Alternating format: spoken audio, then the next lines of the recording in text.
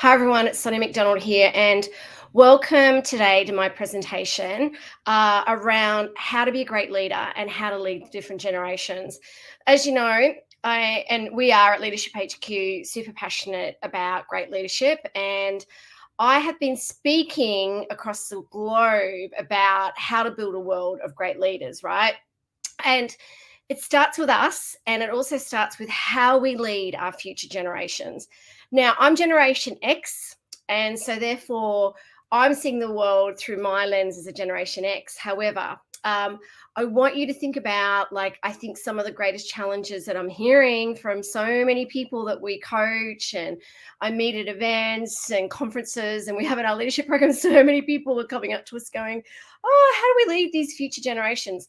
It's really important we lead our future generations, because they're going to be, not only are they our leaders of today, but they're going to be our leaders of tomorrow. So it's up to us to lead our future generations. So if you think about generational differences, and obviously there's baby boomers, Generation X like myself, there's Generation Y, the millennials, there's Generation Z. Um, Generation differences definitely show up in how we think, behave, and act. I've just got some notes here because I've been doing lots and lots of research about this, particularly this year, around generational differences. And I mean, as humans, we're like a product of all our life experiences, events, our expectations. And there's definitely, if I see myself as a Generation X, I kind of see around how we have grown up in terms of our life journey. We have had different experiences to the baby boomers, but also to the future generations that we see. So if you'd love to get involved and you'd love to comment, please comment, share your thoughts, because I'd love to know what you think about today's presentation. In particular, when we think about generational differences, how do they show up? And I want you to think about those different people in your lives. And what are you seeing? What are you seeing are the differences? What differences are you noticing? Please let me know, and please comment while you're watching this. Now, you know that this is something I'm super passionate about, is leadership. What is leadership? Look, I think we've made leadership bigger than what it is. I think that sometimes you look at this world leadership and we definitely think that it's about a role or title. And it's definitely not about a role or title. Leadership is, if I go into this, is a mindset, and it's an attitude. It's all about our actions. And I think it is an attitude. It's absolutely an attitude. And let's not make leadership bigger than what it is, right? Because the thing is, if we have an attitude and a mindset about leadership, and however you define leadership, let me know how. Write to us, comment. How do you define leadership through your lens? What is it? To me, it's about how we can help each other learn more, do more, be more, achieve more. Leadership is about serving others. That's how I see leadership. And if I think about, in particular, I'm super passionate about our generations of tomorrow, is that we need to set the example today, right? So it's really up to us to set the example. And that's why I wanted to jump on and have this conversation with you around how we can do that, right? And if I think about what great leadership is and what kind of words that how you would define great leadership, gosh, there's so many things. Like, I mean, the thing is with great leadership, and the thing is with leadership, and I do this little exercise as I get people to write down how or what they see or how they would define leadership, and it's kind of, some people say it's indefinable, but you know it when you see it. Is that so many people don't see themselves as leaders? And for those that are watching today, I really would love you to see yourself as a leader. And I want you to think about what makes a leader. How would you define leadership? How, when you see a leader, what are they doing? And to me, there's things like, there's integrity, there's adaptability. Okay, so obviously leading by example, staying true to your principles, being adaptable, being resilient, I think is more important today than ever before. Things like communication, being a great communicator, which is so key now when it comes to leading our generations of today and tomorrow. Self-awareness. I always say to people that if you want to be a great leader, and a great humans start with self-awareness. Self-awareness is so key, because the more you know about yourself, the more you'll know about others. Gratitude, being truly thankful, and showing that you really care and you're really grateful for the people around you and how you can serve them and help them. um, Having learning agility, I think, is like embracing change. Having a growth mindset is so important, which I am absolutely seeing in our generations, our future generations. That ability to influence, lead change, bring people on the journey. Obviously, I'm really passionate about this word empathy. Empathy, kindness, putting yourself in their shoes, courage. I think everything starts with courage, having that respect. Particularly, I think when it comes to inclusive leadership, right? Like having that respect for the different generations. And also, finally, because we're all different, and I think that respect is everything, humility, being super humble, admitting mistakes. Look, there's plenty of other words. Let's kind of explore. Tell me what other words resonate to you when you think about what makes a great leader. The thing is, right, if you think about, I wonder if I can really look at some of these words and where are my superpowers in some of these areas. Like for me, integrity is everything. I really embrace gratitude and self awareness. I've got a huge growth mindset. I am so passionate about this word empathy. And I love courage because that's all about what my value sets are, is courage and kindness. So I tend to focus on two things around who do I want to be and what do I want to stand for. And I think that's really, really important. So, and also at the end of the day, can I tell you what leadership is about? Is this impact. I think if you don't make it bigger than what it is and go, how can I each day make an impact, no matter how big or small? Because the smallest, tiny tweaks can make the biggest changes. I think that's really, really important. And also lead. I think if we want to be really great at leading our future generations, it's also about us being great leaders and leading by example, but it's also, I think, leading the future generations with empathy. Now, I've got a Generation X. Sorry, no, I'm a Generation X. I've got a Generation Z in my life, my daughter. And I don't know about you, right? I just think about how I grew up. So I want you to think about, if you're whatever generation you are, think about how you grew up in your childhood. When I grew up, it was very much around, I would ride up to the shops without a helmet. I would drink water out of the hose. What else would I do? I would catch the bus on my own, which I couldn't believe, when I think I was like 12, just to go up to the shops and things. And when I came home, that was it. Like I came home from school, and whatever was going on for me at school, and believe you me, I got teased at school.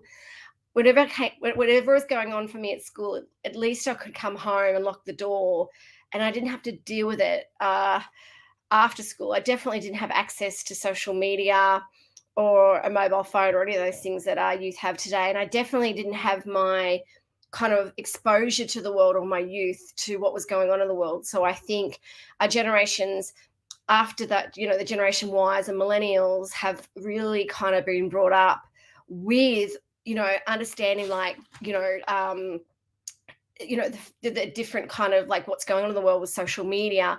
That's kind of good, but it's also not so good. I don't know if I could grow up in that generation today. But if you think about it, I just wanted to share some stuff around this. This is why leading the future with empathy is really important, because I think if you think of all the generations and what they've had to go through, whether it's the Great Recession or the Great Depression or technology or things like that today, baby boomers are kind of defined as workaholics. They're more team orientated. They're really much more around hierarchy and loyalty and duty. Hence, I think sometimes they might struggle with the fact that, the future generations have, they move around in jobs and roles and those sort of things more often. Generation X is more around that flexibility, having independence, loving that informal work environments, really embracing personal development, which I can kind of see in myself. The millennials are more around purpose driven. They're more civic minded. They're more growth, have more of a growth mindset. They're more like real time feedback. They love work life balance, right? I can definitely see that in the millennials. And then you get to the Gen Zs, which, if I think about my daughter, she totally epitomizes this. It's the activist generation, very highly purpose driven. They're very motivated by diversity, creativity, individuality. They're self-directed, they're self-aware, and they're definitely values-driven as well. So I think it's really interesting seeing like the differences between the generations. I don't know while I'm talking about this, whether you are actually seeing this or witnessing this, if you think about the generations in your life. The thing is, right, I think we've got to embrace each of the generations and their different perspectives, because different perspectives means innovation, and also around how we can lead with empathy and look at what's important to them, particularly the individuality, the work-life balance, the flexibility, and also that the fact that they really want to grow and learn. So it's really up to us to invest in that mentorship, that coaching, look for opportunities for them to grow, look for opportunities for retention. I think that's really important, because if you think about then and now, right, if you think about, it was kind of the old school approach of leadership. I still see a little bit of this now around more of a, I can see that it's definitely evolving, more of that directive style of leadership, more of that fear-based leadership. I'm seeing really now today, which is great, and something, it's having to change our perspective and mindsets around this, around more of that empathy and compassion when it comes to leadership, more of that support. And look, I think we have to, in terms of what's going on around the world, and definitely I think COVID's played a part in this, is we have to think about adapting our style and looking at and understanding the needs of our future generations, particularly those Gen Zs and millennials that are coming up, those Gen Ys. Really interesting sort of some data, the quit rate. In February 2020, the highest in Australia in over a decade. Really interesting, 9.5%. Now is the time now for us to have a new leadership model based on empathy and compassion. I think that's going to be key. I don't know if you've heard of this great resignation and quiet quitting. I think it's more the great reshuffle, to be honest. But, people are really now, and I'm hearing it and seeing it around, I don't know if I want to stay in this career, or I don't know if I want to stay in this organization. I think I might even want to do something completely different. And also, I think our future generations are able to have more ways of working more so than ever. Then I think they're able to make income through things like Uber and Airtasker and those kind of platforms as well, which it's really interesting to see that they're more open to not relying on one source of income or that traditional 9-to-5 job, is that they can be more innovative and they can actually now, make incomes or have fun ways to make incomes, not relying on traditional employment, which is so interesting. Also, you might find this really interesting as well, that 58% of our future generations, like in terms of employees now, I'm sure you're not shocked by this, and I think COVID had a lot to do with this, but I still saw pre-COVID that they were really into this, like really, really passionate about this. Work-life balance meant more to them than a well-paid job. I'm definitely seeing that. I'm also seeing that not only is balance, is growth, like what growth opportunities are out there, in terms of what you can be doing as well, is really, really important. Also, okay, sorry, someone was posting something not very nice on this webinar as a comment, so that's okay. I've just blocked them. The next thing I want to talk to you about is, I definitely see, if you want to be a great leader and if you want to be able to lead your future generations with greatness, it's with values and with compassion. All the research that I've been doing, particularly in the last few months, I've really seen a shift and I've always been very much around values because I think values drive behavior, is I think that values-based leadership, or understanding the values of our future generations, in particular Generation Z, is very passionate about this. They're very much more cognizant of what you stand for as an organization, what are your values, how you make a difference to the world. Are you sustainable? Are you living and breathing your values? I see a huge shift in that. I also see that with this, that kind of also that compassionate space. I think if we put ourselves in their shoes, particularly, your Gen Zs and your Ys and millennials, right? And what they like, again, as I've mentioned before, I'm a Gen Z X, and I don't know how I would have grown up with social media. I mean, I'm sure I would have adapted to it, but I think that they've been exposed to so many different challenges, adversities, information, in terms of like, I just see the challenges and the things, and also that obviously I've had firsthand experience with mental health when it comes to Gen Z, around like their challenges are exponential in terms of what I had to deal with at their age. And I think if I put myself in their shoes, I kind of look at their courage and look at, their life events and their expectations. And this is why I think empathy and compassion for kind of how they have evolved in in those different generations and who they are today is something that we really need to have empathy for, and also really need to respect. I think that if we can lead employees or lead our future generations with values-based leadership and also with compassion, that would make such a difference to our future generations. If we know and lead our values and lead the organization's values, that is key. If we know who we are and what we stand for as leaders, and we lead that is key. If we lead with kindness and compassion and empathy for our future generations, you will see increase in loyalty, productivity. This is so linked to the employee's bottom line, and it's so much more important to our future generations than it ever has been before, right? So important. I think that absolutely values-driven leadership and empathy and compassion are the keys to success. And look, and sometimes I think it can be really challenging, and I get it. Like, I'm sure, like, if I think about the generations before me, the traditionalists and the baby boomers, I'm sure they're frustrated with us, as well as Gen X.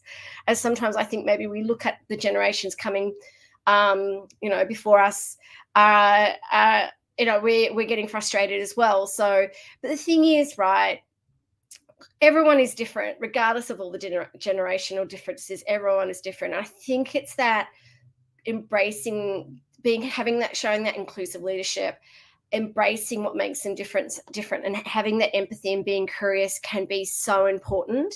I love this quote: with compassion, one becomes courageous. Compassion brings triumph when attacked, and it brings security when maintained. Compassion is everything.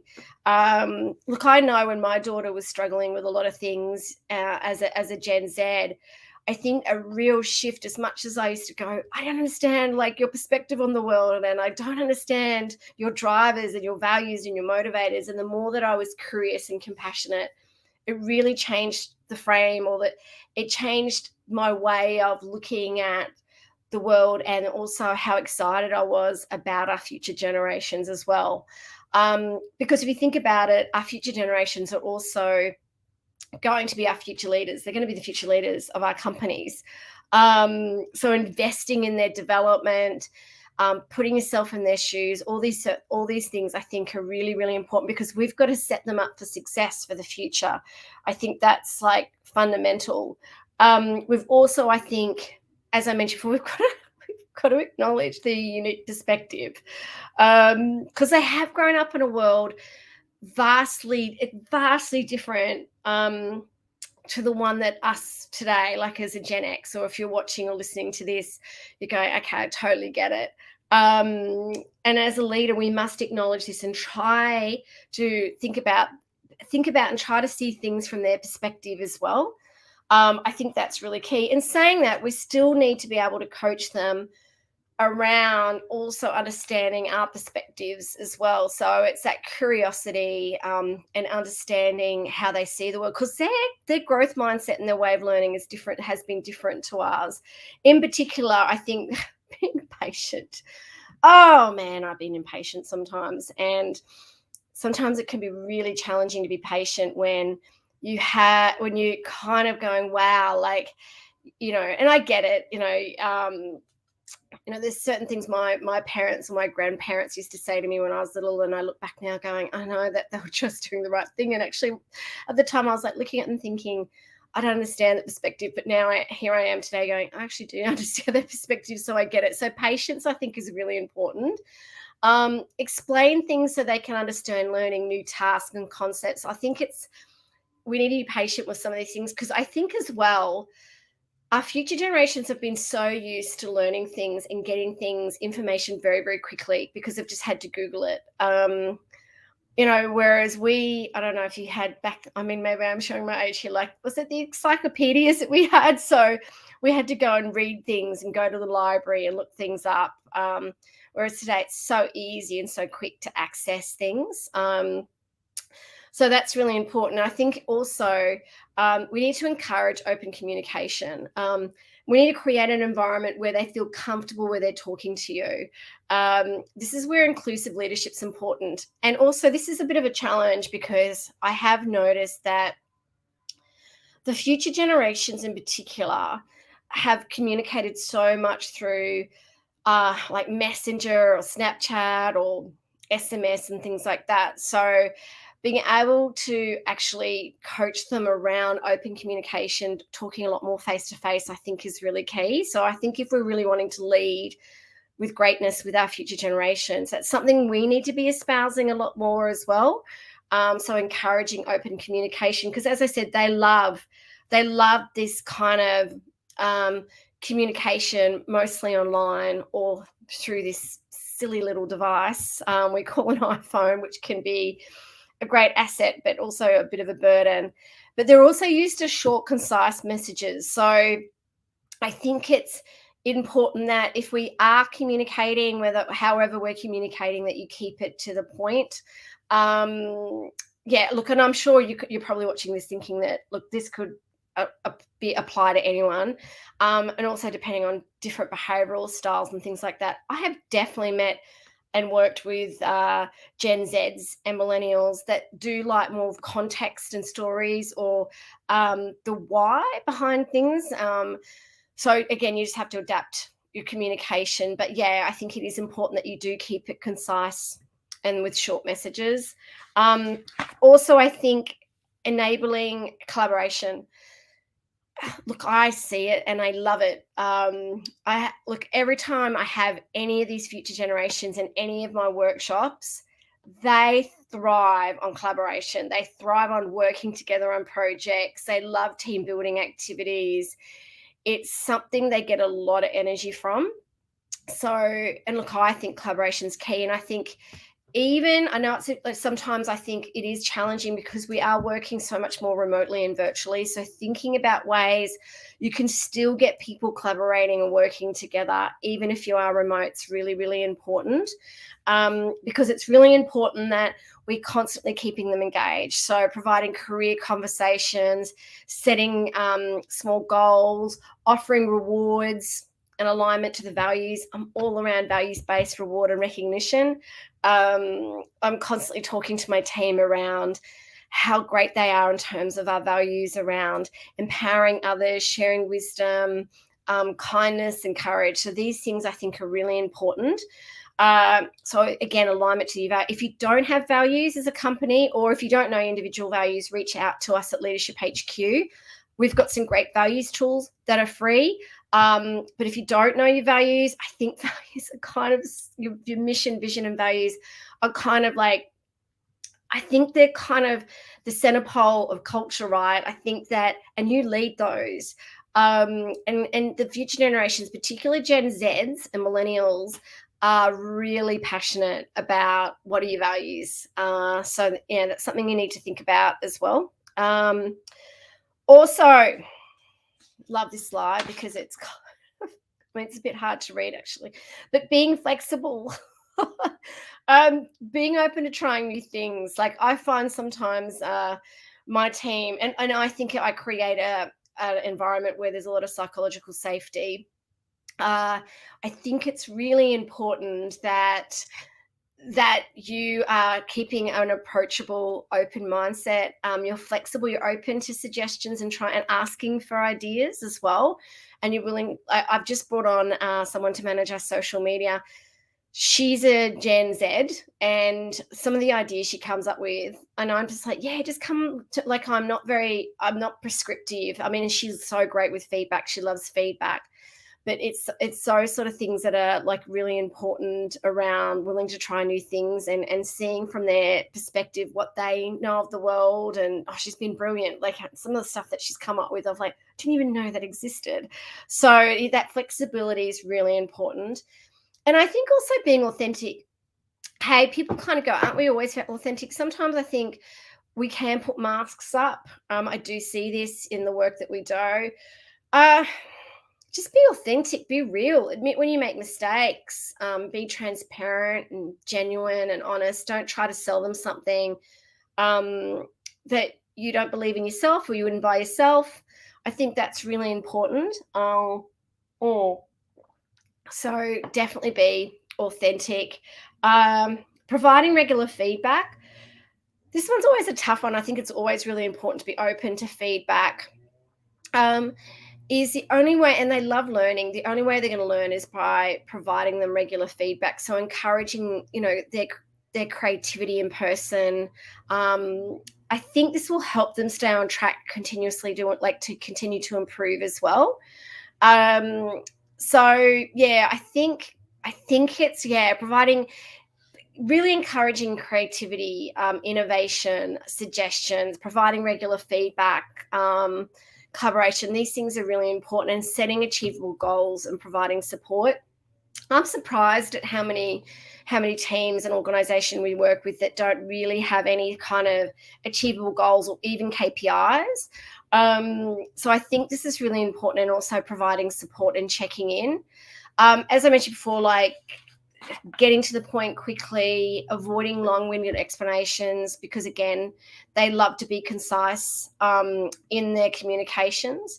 Here's some don'ts when it comes to leading some teams, like things like ignoring their input, being condescending or negative, micromanaging. I think these things, you just have to be really cognizant of like these things around some don'ts around leading people, being inflexible. I just think there's just so many things you've got to think about. Being afraid of change. These things I think you've got to like really think about. There's some don'ts around leading our future generations that I think are really important, because at the end of the day, I mean, the future is for everyone, not far, it's just tomorrow. So I want you to really invest and celebrate in your people, whether it's older workers, younger workers, mums, dads, students. I think the key to it is definitely, again, as I mentioned, investing in your leadership development, in coaching, and their leadership and development and coaching, being inclusive in your leadership, because I think the more you invest in them and understand their perspectives, the more you'll get out of it. So I think it's really important that we make up a beautiful and diverse world, and by embracing those different perspectives, that would make a huge difference to who we are as leaders. I'd love to know what your actions are. So if you're watching this and you're thinking about what I've spoken about today, send me through your learnings or actions. You can email them to us at sonia@leadershiphq.com.au. You can make a comment here. And then we're going to choose like 3 amazing actions. We'll send you a copy of one of my books. So please write to me and let me know like 3 actions. I'd love that. And then, think about, again, empathy, compassion, and putting yourselves in their shoes, right? I think they're really important. And if there's anything we can do to help you at Leadership HQ around how to be a great leader and also how to lead our future generations, please reach out to us. If you're interested in any keynote speaking, coaching, leadership programs, cultural transformation, team workshops. We're about to launch an amazing certification, nominated on our leadership awards, which are all about inclusive and courageous leadership. But thank you so much for listening today. And if there's anything we can do to help you at Leadership HQ, please reach out to us. And we look forward to continuing on doing these great presentations and masterclasses. And yes, definitely let us know what you've put into action, and we'll choose the best 3, and we'll send you a copy of one of my wonderful books on leadership, which you can grab on site and also through Booktopia and Amazon. And remember to always stay kind and stay courageous. Thank you.